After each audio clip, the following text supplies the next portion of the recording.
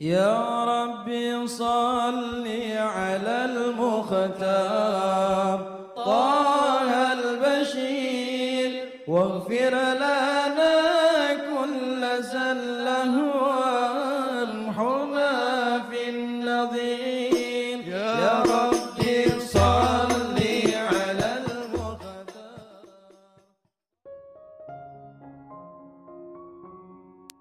Bismillahirrahmanirrahim. Alhamdulillahirabbil alamin. Allahumma salli wa sallim ala sayyidina Muhammadin miftahi babi rahmatillah adada ma fi ilmillah salatan wa salaman daimaini bidawami mulkillah wa ala alihi wa sahbihi. Allahumma salli ala sayyidina Muhammadin salatan tunawwiru biha qalbi wa taqdili biha hajati fid dunya wal akhirah wa ala alihi wa sahbihi wa sallim. Assalamualaikum warahmatullahi wabarakatuh. Sahabat online yang dirahmati Allah, alhamdulillah kita bisa berjumpa kembali. Mudah-mudahan kita senantiasa mendapatkan taufik dan hidayah dari Allah Subhanahu wa taala. Pada pertemuan kali ini kami akan membagikan ijazah amalan.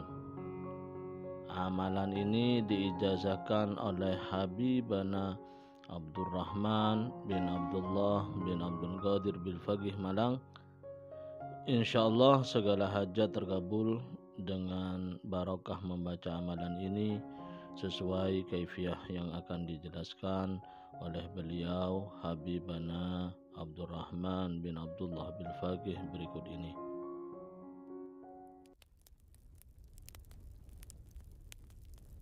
Jadi itu ceritanya Syekhuna Buya Yahya itu waktu itu kedatangan satu ustadz, gelarnya saya lupa, Masri, lulusan Mesir. Allah alam doktor apa-apa, pokoknya lulusan Masr dalam ilmu tafsir. Sowan ke Syekhuna Buya Yahya di Bandung. Saya lupa gelarnya, yang jelas lulusan tafsir Mesir. Terus Buya cerita dulu Kiai kuno itu bilang ada Allah gandeng dua dalam Al-Quran. Jadi kalimat Allah sebelahnya Allah lagi. Saya ulang ya biar paham. Ada kalimat Allah gandeng dua. Tolong carikan ayatnya. Cari. Memang dia nggak pernah nemu ya, nggak paham. Akhirnya dia bilang, itu ajaran guru-guru saya dulu, doa antara jalalatain, doa bainal jalalatain. Siapa yang berdoa kepada Allah di tengah-tengah jalalah dua, tidak akan ditolak doanya. Surat apa itu? Al-An'am ayat 124. Saya nggak hafal ayatnya, nggak hafal nomornya, hafal ayatnya aja. Itu ijazah saya, jelas yang saya utamakan dari Syekhuna Buya Yahya, sebab saya tahu faedah ini dari beliau. Setelah itu baru saya cari-cari isnad lain, sempat dapat dari Syed Muhammad Maliki. Terus saya waktu ngundang Habib Ahmad Pekalongan Al-Attas untuk doa, waktu itu masih hidup, Habib Ahmad bin Ali, untuk doa di Khol Malang. Itu beliau setiap sebelum subuh sudah siap mimpin murid-muridnya mau sholat. Pas saya deketi, lagi duduk di salah satu tiang tempat sholat beliau itu, gak taunya lagi baca itu, kaget saya loh, baca Jalalatain ini. Tapi enggak, kalau Buya kan ijazahnya dari awal surat An'am dibaca sampai habis. Waktu Jalalatain doa, itu kaifiyah paling berat. Habib Ahmad kaifiyahnya satu ain aja itu. Cari satu ayat. Saya dengerin, baca. Alhamdulillah saya minta ijazah dikasih, dapat isnad lagi dari Habib Ahmad bin Ali. Satu lagi yang punya pegangan Jalalatain, Syed Muhammad Maliki. Kalau itu malah beliau sebut di Abwaabul Faraj di kitab beliau. Alhasil itu pegangan aulia, pegangan orang-orang kuno. Kaifiyah yang paling ringan satu ayat saja dibaca, itu udah paling ringan. Jadi yang dibacakan itu HP-nya siapa yang ribet itu? Tolong yang HP-nya rame dimatikan ya. Saya ulangi lagi, kaifiyah yang paling ringan 1 ayat saja. Kenapa dibaca ketika khatib duduk bainal khutbatain? Untuk mengumpulkan 2 faedah. Sebab siapa-siapa yang berdoa ketika khatib sedang duduk bainal khutbatain istajab. Ditambah lagi jalalatain. Tapi pesan saya tetap baca sholawat. Itu juga pesannya ulama-ulama dulu. Sempet kok. Ini amalan saya. Udah nggak kira nggak sempet. Kecuali kalau khotibnya buru-buru ya. Sempet itu. Asal sudah hafal. Apa awalnya itu? Wa idza ja'atum ayatan qalu lan nu'mina hatta nu'ta mithla ma utiya Rasulullah. Cari doa yang singkat saja. Allahumma ja'alni mujabad da'wah apa balagha jami' maqasidi. Allahu a'lam wa yata'ajjalu sadaqatu sayyidina. Adzabun syadid kalau yang kurang tetap baca Allahumma shalli ala sayyidina Muhammad, jangan ditinggal itu. Allahumma shalli ala sayyidina Muhammad wa ala ali sayyidina Muhammad. Silahkan diamalkan. Ini enggak ada hubungan dengan bulan Rajab, kapan saja. Jadikan adat kebiasaan, terutama takmir masjid supaya disebar di masjid-masjid Jumat. Sebab ini amalan ulama-ulama kuno, kiai-kiai kuno, wallahu a'lam.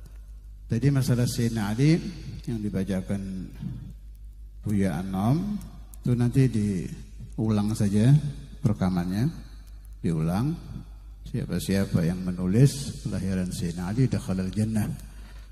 Urusan begini-begini ini ya udah percaya aja, ada rujukan kitabnya. Saya nggak ngarang itu, ada rujukan kitabnya ya sudah kita percaya. Itu salah satu domanah dari Habaib Hadramut. Itu kitab buku ya, kumpulan fatwa ulama-ulama Hadramut. Tentang Sayyidina Ali ini, memang ini aneh Sayyidina Ali ini. Kalau Afdhaliyah beliau keempat. Jelas Sayyidina Abu Bakar, Umar, Utsman, Ali. Terakhir Sayyidina Ali. Cuma aneh ini Sayyidina Ali ini. Di antara keanehan Sayyidina Ali yang saya temukan itu Syekhul Imam Al-Habr Al-Qutub Al-Habib Abdul Qadir bin Ahmad Al-Fuqih itu pernah Masya Allah mimpi Imam Ali. Sayyidina Ali bilang sama beliau, anta mahbubun indallah li'annaka nasyarta mahabbati 'alan nas. Itu ada 2 riwayat. Satu riwayat saya dapat dari murid Imam Al-Habr yang dimimpikan Imam Ali. Satu riwayat lagi Nabi yang ngomong itu. Mimpi tapi ini minteri ya. Jadi katanya Imam Al-Habr Al-Qutub Al-Habib Abdul Qadir itu dicintai Allah karena menyebarkan mahabbah. Ini bukan Syiah loh, jangan salah paham, bukan Syiah. Kalau Imam Ali saja menafikan Sayyidatina Abi Bakar, Umar, Utsman, 3 itu dinafikan, Sayyidina Ali dipegang Syiah. Kalau kita tidak, tetap semua sahabat kita hormati, kita cintai. Cuma ini aneh nih. Kalau orang menyebarkan mahabbah Sayyidina Ali bisa disenangi Allah itu. Dan itu terjadi, memang terjadi di diri Maulana Imam Al-Habr Al-Qutub Al-Habib Abdul Qadir bin Ahmad Al-Fuqih. Terus saya pikir, kenapa? Kenapa kok bisa begitu? Mungkin, ini pendapat saya sekarang ini. Mungkin karena Syiah itu dilarang dan memang terlarang dalam agama, terlarang dalam ajaran-ajaran yang dibenarkan oleh pemerintah Indonesia, terlarang. Akhirnya orang kalau mau menerangkan fadhail Sayyidina Ali mikir-mikir, jangan-jangan nanti saya disebut Syiah ini. Jadi momok, ketakutan. Alam bawah sadarnya takut kalau mau menceritakan Imam Ali, Sayyidatuna Fatimah Zahra, Sayyidah Khadijah, Ahlul Bait, takut nanti saya dianggap Syiah. Ini keliru besar ini. Yang betul bagaimana? Udhkur fadail as-sahabah wadhkur fadail Ahlul Bait 'ala as-sawa. Dua-duanya disebut. Terangkan fadail Sayyidina Abu Bakar Siddiq, fadail Sayyidina Umar bin Khattab, punya kelebihan sendiri-sendiri ini kan. Sayyidina Abu Bakar saya sering terangkan, man arada ayanzura ila mayyitin yamshi ala wajhil ardi falyanzur ila Abi Bakar. Siapa-siapa yang ingin melihat mayat berjalan di muka bumi, lihatlah Sayyidina Abu Bakar. Enggak ingat apa-apa illallah. Dah itu fadailnya Sayyidina Abu Bakar. Sayyidina Umar, beliau sudah meninggal, namanya saja ditulis Umar Faruq. Setan enggak bisa masuk dalam rumah. Ini kelebihannya Sayyidina Umar sangat keras memegang hukum Allah sehingga setan ketakutan. Beliau mati, namanya masih bisa ngusir setan. Ini kelebihannya Sayyidina Umar. Kelebihan Sayyidina Utsman, kelebihan sahabat-sahabat yang lain tetap harus kita sebut. Tapi Sayyidina Ali ini aneh. Saya tahu aneh itu banyak cerita sih riwayat tentang Imamul Habbar mimpi Sayyidina Ali, Saudul Imam. Untuk Saudul Imam, waktu beliau Qoblal Bulugh, beliau bermimpi membaca kitab Jami'ut Tirmidzi di depan Imam Ali. Saya ulangi, Qoblal Bulugh, beliau bermimpi membaca kitab hadis Jami'ut Tirmidzi, itu sebelum beliau balik. Dibaca pakai senad sampai qala Rasulullah sallallahu alaihi wasallam. Saya lupa lafaz hadis yang dibaca apa. Kalau waktu beliau cerita itu kan waktu kita taklim dulu.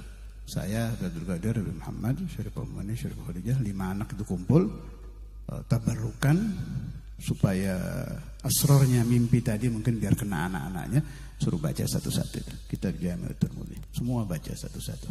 Kalau waktu itu yang kita baca Rasulullah sallallahu alaihi wasallam, la taqumus sa'atu hatta la yuqala 'alal ardi Allahu Allah atau kama qala.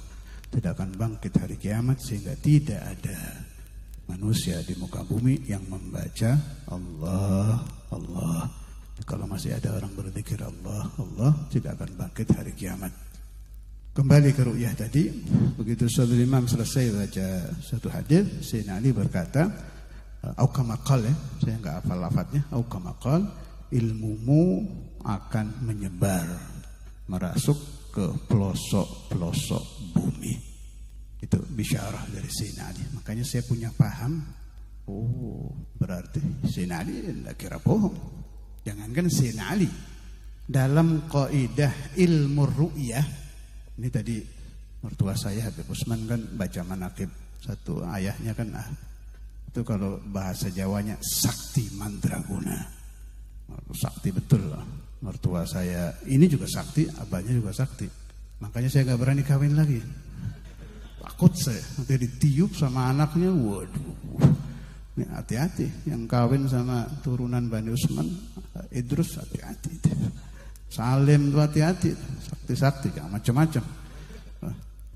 Kalau Ahmad karena laki berani dia. Hati-hati. Kok ngomong ke situ bahasa apa tuh? Apa lagi bahasa apa nih? Gue. Hah? Ah iya. Ilmumu enggak kok nyebut-nyebut ke itu. Apa itu? Ru'yah, ya, masalah mimpi. Dalam ilmu ru'yah, ini dari Imamul Habbar juga al-faedah. Ini perhatikan ini. Al-mayyit la yakdzib. Itu kalamnya Imamul Habbar itu. Al-mayyit la yakdzib. Siapa-siapa yang mimpi orang mati dipesan titik-titik, maka mimpinya benar. Kenapa? Sebab mayit tidak bohong. Yang bohong itu orang hidup. Tukang kadzab, tukang harat, tukang tipu kalau masih hidup. Begitu mati habis, nggak kira nih. Wal mayyit la yakdzib. Jangankan yang kita mimpikan Rasulullah Sayyidina Ali, mayit saja sudah nggak kira bohong. Yang keliru takwilnya, itu bisa keliru. Mimpinya tidak keliru. Al mayyit la yakdzib. Jadi mimpinya Habib Utsman abahnya ingin dikholi, percaya saya. Nggak kira bohong. Hanya kalau Anda mimpi kemudian mimpinya aneh-aneh, itu suatu imam pernah pesan, siapa-siapa yang bermimpi Rasulullah sallallahu alaihi wasallam kemudian diperintahkan membunuh gitu. Wahid ra'an Nabi disuruh bunuh anaknya. Jangan dibunuh. Syariah juga artinya apa? Bunuh maksiatnya. Paham ya? Jadi tetap harus takwil. Tetap ada pakai takwil. Jadi bisyarah dari Imam Ali tadi itu kabar gembira untuk murid-murid Ustaz Imam ini, paham saja nih takwilnya mimpi beliau, bahwa ilmu orang yang tersambung ke Sayyidul Walid Al-Habib Abdullah adalah ilman nafi'an bisyahadatil Imam Ali. Paham ya? Saya ulangi, arti mimpi itu saya ini yang artikan. Ilmu yang muttasil kepada Sayyidul Walid Al-Habib Abdullah adalah ilman nafi'an, jaminannya Sayyidina Ali. Beliau kan sudah meninggal. Jaminannya kan nggak habis ini. Ilmumu akan menyebar ke pelosok. Maknanya apa? Talamidhuhu wa talamidhu talamidhihi wa talamidhu talamidhi talamidhihi insyaallah fi dhamanatil Imam Ali akan mendapatkan ilman nafi'an. Amin. Allahumma amin. Bijahi Sayyidina Muhammad Tahal amin. Fadhal.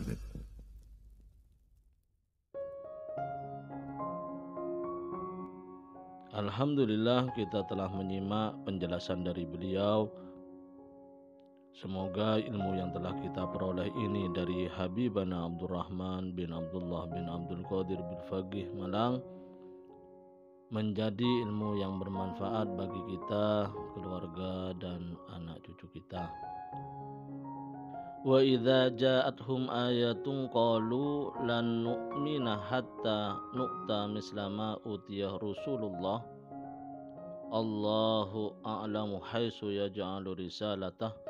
Sayusibul ladzina ajramu sagharun indallah wa 'adzabun syadidun bima kanu yamkurun. Ketika sampai pada mislama utiyah Rasulullah, silahkan berdoa, kemudian melanjutkan membaca ayat tersebut,